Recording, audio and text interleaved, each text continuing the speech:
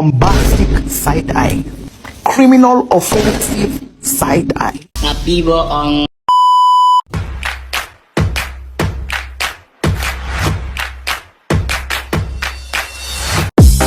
Pangeran mencari permaisurinya, Cinderella pun tiba dengan ketak kencana.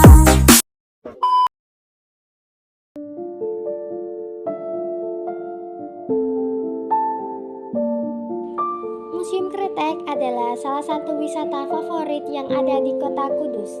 Bangunan yang berdiri di atas tanah seluas 2,5 hektar.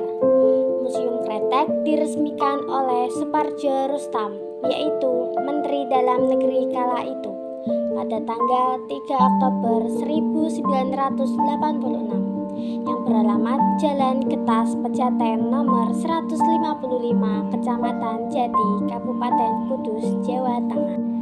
Ada banyak sekali cerita dan sejarah di Museum Kretek ini. Salah satunya adalah cerita Raja Kretek dari Kudus. Dahulu, beliau memiliki ide untuk memulai usaha kretek yang tentunya dimulai dari nol. Seluruh pekerjaannya dilakukan sendiri dan dibantu oleh keluarganya. Setelah beberapa tahun kemudian, usahanya mulai meningkat secara perlahan-lahan, sampai memiliki karyawan sekitar 15.000 lebih dan mempunyai perusahaan kretek raksasa dan terbesar di seluruh Indonesia. Beliau adalah Bapak Niti Semito, Sang Raja Kretek dari Kudus. Proses pengolahan bahan baku rokok klobot. Kretek jenis ini menggunakan klobot atau daun jagung yang dikeringkan sebagai pembungkus. Setiap batang kretek yang dihitung dengan tangan, meski sudah jarang ada, jenis kretek klobot masih bisa ditemukan di daerah pedesaan Jawa Timur. Biasanya, kretek klobot populer di kalangan warga berusia senior. Tembakau dan cengkeh merupakan bahan baku utama yang digunakan untuk membuat kretek. Tembakau berasal dari Amerika Latin dan India Barat, dibawa masuk ke Indonesia oleh bangsa Portugis pada tahun 1601 Masehi. Ada beberapa bahan dan peralatan tradisional rokok kretek. Yang pertama, alat peranjang cengkeh. Yang kedua, alat peranjang daun tembakau cacang. Yang ketiga, gilingan tembakau tradisional. Yang keempat, alat pembersih atau penyaring tembakau tradisional krondok. Dan di bagian ini terdapat para tokoh-tokoh wiraswastawan rokok kretek di Kudus.